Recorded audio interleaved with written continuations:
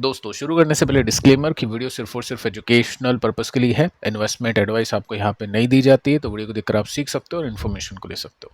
बाकी इससे पहले एक वीडियो मैं आपको दे चुका हूँ, इसको अगर आपने देखा नहीं तो आप देख लेना यहाँ पे, क्योंकि निफ्टी के अंदर अपन ने बातचीत की है कि निफ्टी में क्या गिरावट में रुकावट हो चुकी है या फिर अभी भी कुछ पेंडिंग है, क्या सिग्नल है। क्योंकि आज के दिन मार्केट कम गिरा है पिछले कुछ दिनों के कंपैरिजन में। साथ में 4 कंपनीज है जिनके स्टॉक्स में रिवर्सल देखा गया है और आज के दिन काफ़ी पॉजिटिव रिएक्शंस भी इन्वेस्टर्स की तरफ से मिला है। यूएस के मार्केट से स्टार्ट करते हैं। डाउ जोन्स में कुछ खास नहीं है, ये न्यूट्रल है, 20 पॉइंट्स की गिरावट है जस्ट। और नेस्टे को भी देख लेते हैं, यहाँ पे 173 पॉइंट्स की तेजी, यानी टेक कंपनीज के स्टॉक्स अभी तेजी में है, 1% के आसपास का जंप है। फैंग को भी देख लेते हैं, तो यहाँ पे भी 1% के आसपास की तेजी है। तो यूएस में जो टेक कंपनीज है ऑलमोस्ट हर एक कंपनी हम बोल सकते हैं ऑल टाइम हाई के आसपास है। तो काफ़ी अच्छा परफॉर्मेंस चल रहा है, चाहे गूगल हो या फिर टेस्ला हो या बाकी कोई कंपनी हो। तो यूएस मार्केट में जो भी इन्वेस्टेड है, अगर डायरेक्टली भी इन्वेस्ट किया है तो भी अच्छी कमाई हो रही होगी, लेकिन इस समय वैल्यूएशन और जो भी हाई पे वो काफ़ी ज़्यादा ऊपर हो चुकी है।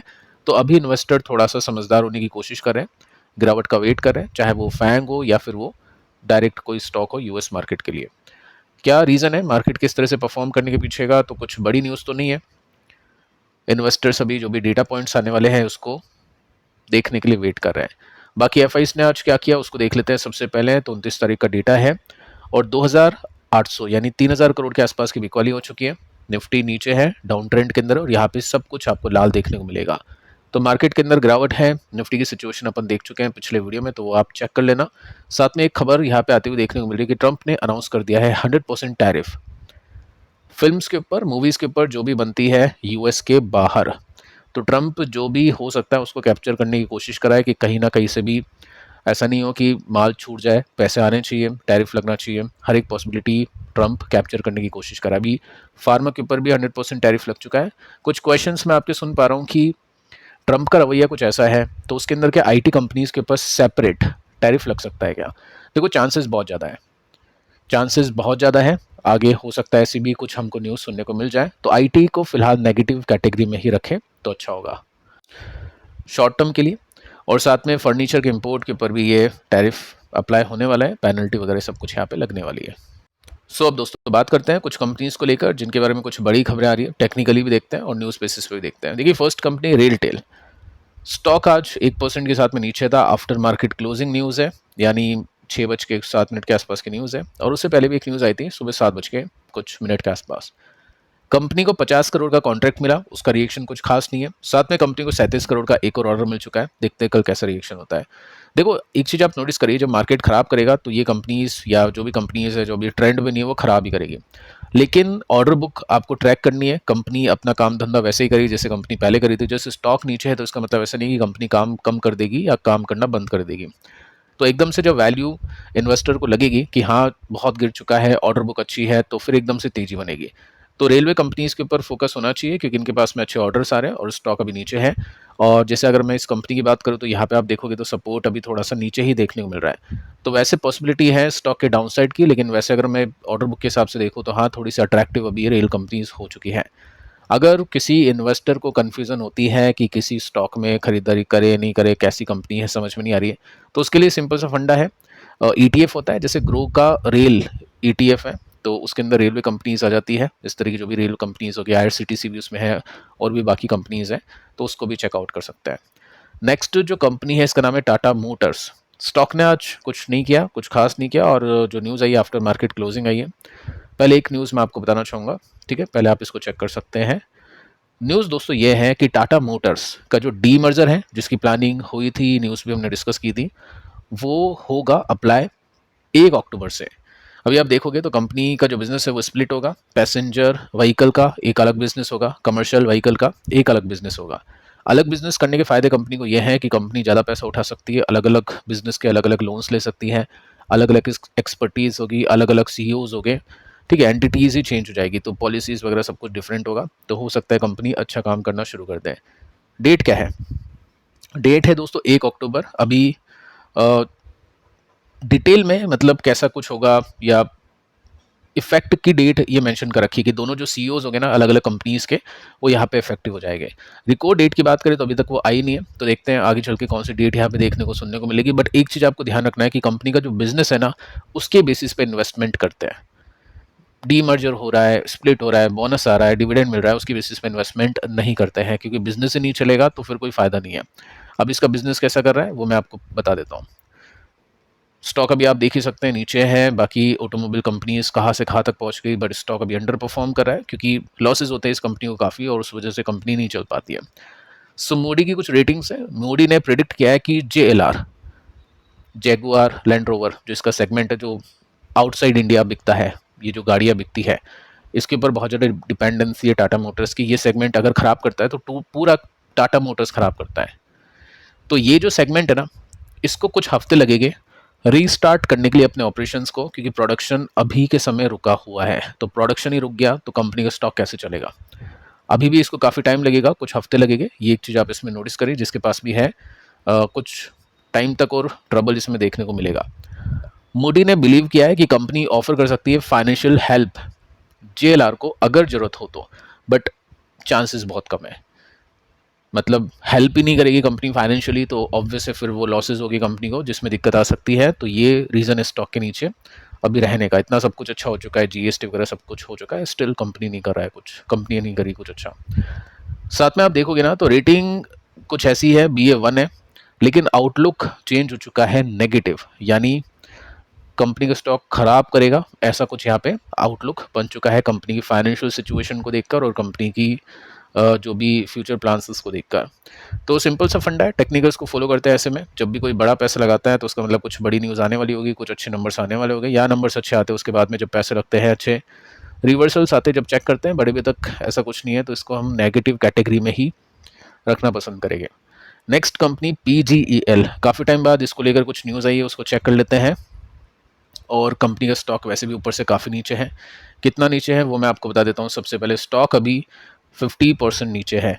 तो जब भी कोई कंपनी जो पास्ट में बहुत अच्छे रिटर्न्स दे चुकी है, स्टॉक 50% गिर जाता है तो उसको खरीदने की इच्छा होती है।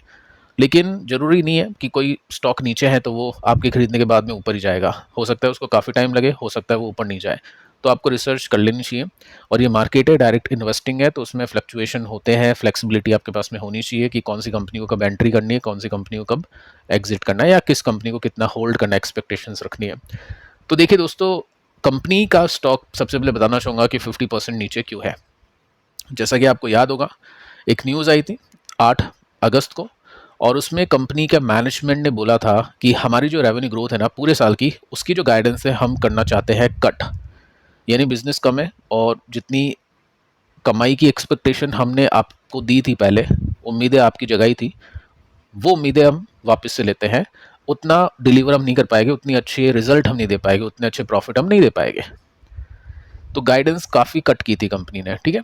और कंपनी ने गाइडेंस को कट किया, उसके बाद में क्या हुआ, कंपनी की जो वैल्यूएशन, जो इन्वेस्टर्स ने पहले की एक्सपेक्टेशन देख के कंपनी को दी गई थी, वो वैल्यूएशन वापस से मार्केट लेने की कोशिश कर रहा है। अब देखिए न्यूज़ ये है, देखो कंपनी काम तो करेगी, ऐसा नहीं है कि कंपनी ने बोल दिया। कंपनी ने साथ में ये भी बोला है कि कुछ साल लगेंगे, हो सकता है 3-4 साल लगे कंपनी को वापस से अपने उसी लेवल पे पहुंचने के लिए, अपनी टॉप जो भी सेल्स कंपनी ने की थी, प्रॉफिट कंपनी ने किया था, उसको पहुंचने के लिए। तो कई साल का टाइम वहाँ पे लगेगा। लेकिन इसका मतलब ये नहीं कि कंपनी काम धंधा करना बंद कर चुकी है, कंपनी ग्रेजुअली अपने काम धंधे को चला रही है। हो सकता है कंपनी अब गाइडेंस चेंज कर दे, अगर कंपनी के पास में अच्छा बिजनेस आता है, अच्छा काम धंधा कंपनी करती है तो फंडामेंटली कंपनी बुरी नहीं है, बट अभी टाइम खराब चल रहा है, बहुत अच्छी तेजी इसमें ऑलरेडी मिली है इस वजह से। सो यहाँ पे देखिए कंपनी ने 50 एकड़ जमीन अक्वायर की है, 10 बिलियन इन्वेस्टमेंट करने की प्लानिंग है 5 साल में। तो ये सब चीज़ें आप नोटिस कर सकते हैं। प्लस एक न्यूज़ अभी आई है 29 तारीख की 2 बजे के आसपास, और उसके अंदर आप नोटिस करोगे तो कंपनी के लिए, इस कंपनी के लिए भी हम बोल सकते हैं, PG इलेक्ट्रोप्लास्ट भी है, वोल्टास भी है, ब्लू स्टार भी है। यहाँ पे आप देखोगे ना तो स्ट्रॉन्ग AC की जो सेल्स है नॉर्थ इंडिया में, वो हो रही है, फुली रिकवर हो चुकी है। जितनी भी सेल्स पहले गिरी थी, घटी थी, वो सेल्स अभी कवर हो चुकी है। सीज़न अभी है फेस्टिवल का, तो काफ़ी ज़्यादा AC बाय किए गए हैं नेक्स्ट समर्स के लिए, तो उसकी वजह से काफ़ी अच्छी रिकवरी यहाँ पे देखने को मिली है। सेकंड आप देखोगे ना तो काफ़ी लोग ये सोचते हैं चलो डेटा सेंटर भी है, तो डेटा सेंटर के स्टॉक को ले, वो तो है ही एक कंपनी, मतलब एक कैटेगरी जिसमें इन्वेस्टिंग की जाएगी। लेकिन डेटा सेंटर की ग्रोथ का फ़ायदा उठाने के लिए वायर एंड केबल का सेगमेंट भी होता है, क्योंकि डेटा सेंटर विदाउट वायर तो होगा नहीं। साथ में डेटा सेंटर जो भी बनेंगे, मशीन्स लगेगी, तो ऑब्वियस है वहाँ उनको ठंडा रखने के लिए ACs भी लगेंगे। AC नहीं भी लगेंगे तो ये कुछ कंपनीज होती है, उस हिसाब के प्रोडक्ट बनाती है डेटा सेंटर्स के लिए, तो वो भी होते हैं। तो इस वजह से सबसे ज़्यादा जो फ़ायदा मिल रहा है, जो डेटा सेंटर कंपनीज़ है, सबसे ज़्यादा ऑर्डर किस कंपनी को दे चुकी है, वो कंपनी का नाम है ब्लू स्टार। तो इसको भी ट्रैक कर लेना एक बार आप, क्योंकि ये भी स्टॉक अच्छा कर रहा है टेक्निकली फंडामेंटली, क्योंकि इसके पास में काफ़ी ज़्यादा ऑर्डर्स हैं। PGEL के पास भी ऑर्डर्स आएंगे, लेकिन हाँ अभी के समय ब्लू स्टार के पास में सबसे ज़्यादा ऑर्डर्स हैं। सो टेक्निकली स्टॉक वीक है, अच्छी कंपनी है बट टेक्निकली वीक है। शॉर्ट टर्म में पैसा नहीं बनेगा, ऐसा चार्ट आपको बताने की कोशिश करा है। बाकी कुछ ब्रेकडाउन्स यहाँ पे हुए हैं, अगर एक और ब्रेकडाउन होता है तो फिर बड़ी गिरावट की एक्सपेक्टेशंस की जा सकती है, लेकिन अगर कुछ मेजर ब्रेकआउट्स होते हैं रिजल्ट के बाद में, गाइडेंस चेंज होने के बाद में, तो अच्छा पुश इसको मिल सकता है। बट अभी के समय नेगेटिव है इसका आउटलुक। केन्स टेक्नोलॉजीज 4% के साथ में स्टॉक गिरा, न्यूज़ अच्छी थी। पहली चीज़ तो आप ये देखिए कि कंपनी ने अपने CEO को चेंज किया है, कंपनी एम कर रही है कि नई ग्रोथ स्टेजेस पे हम पहुंचेंगे।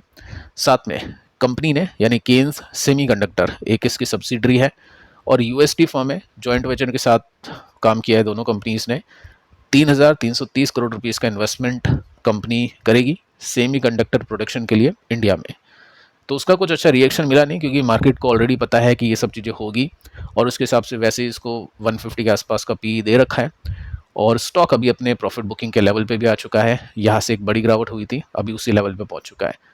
सो देखते हैं गिरावट होती है क्या, अपने सपोर्ट के लेकर वापस से ऊपर जाने की कोशिश करता है या नहीं। बाकी अभी तो अपने रेसिस्टेंस के आसपास स्टॉक आ चुका है, प्रॉफिट बुकिंग यहाँ पे की जा रही है, कंपनी अच्छी है टेक्निकली और फंडामेंटली दोनों तरीके से।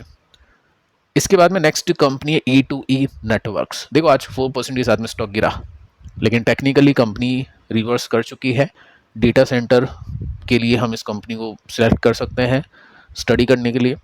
साथ में आप देखोगे तो OpenAI भी डिस्कस करा है पार्टनरशिप करने के लिए इंडियन डेटा सेंटर्स के साथ में, जिसमें E2E भी आता है, नेटवेब भी आता है। यहाँ पे आप देखोगे ना तो एक न्यूज़ आई है 11:03 के आसपास की कंपनी प्लान करी रेज करने के लिए 1,000 करोड़ रुपीस QIP के जरिए। तो जो कंपनी पैसा रेज करेगी वो ऑब्वियसली कंपनी अपने एक्सपेंशन के अंदर ही लगाना चाहेगी।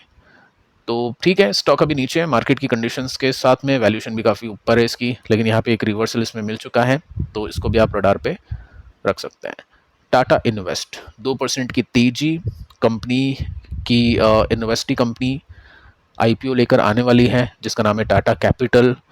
GMP कैसा है सब कुछ देखेंगे, लेकिन इश्यू प्राइस अनलिस्टेड प्राइस से काफ़ी गिरा है, 70% का क्रैश इसमें देखने को मिला है। पिछले वीडियो में मैंने आपको समझाया और इसमें आप देखोगे तो कंपनी एम कर रही है 15,512 करोड़ का इशू प्राइस साइज लाने के लिए, जो कि लार्जेस्ट लिस्टिंग होगी 2025 में।